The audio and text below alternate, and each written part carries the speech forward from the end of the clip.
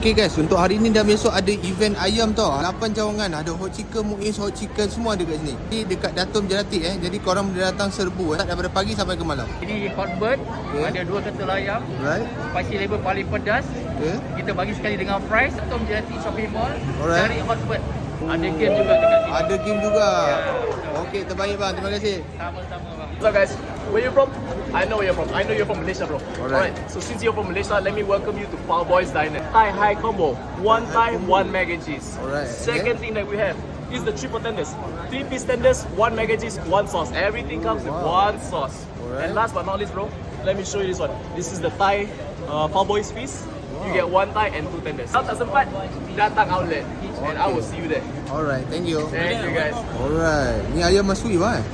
Ni ayam masui bang. Biasa ni dah semua dia dah buka. Resipi ni kita buat sini ada resipi kita sendiri lah. Alright. Hari ni kita ada dekat Datum Jelatik. Daripada Datum Jelatik. pukul 10 pagi sampai pukul 10 malam.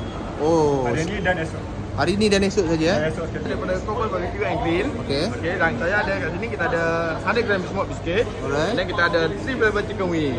Sekarang Muiz hot chicken ada berada di Datum Jelatik. Kita Datum orang ada Jelatik. bawa chicken tender.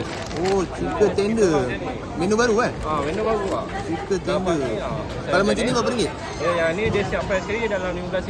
RM15. Set yang sejenis kita orang. Kita orang ada bawa ada yang Oh, ada sejenis. sos Kita juga. orang ada yang pedas, ada yang masak pedas, ada yang pedas memang, ada yang pedas betul-betul. Guys, kita daripada Hot Chick di TDI. Alright. Ni kita punya menu fried chicken dengan chicken tender. Chicken tender. Ni kita punya special. Alright. Dekat Super Nom, Alright. kita ada ayam goreng.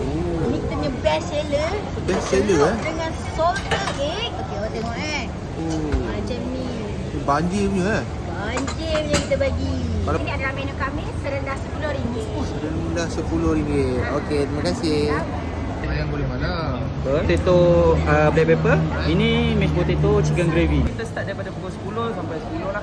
10 sampai 10 lah. Hari ni dengan besok Hari ni dengan besok, betul. Dekat Datum Jelatik betul? Betul.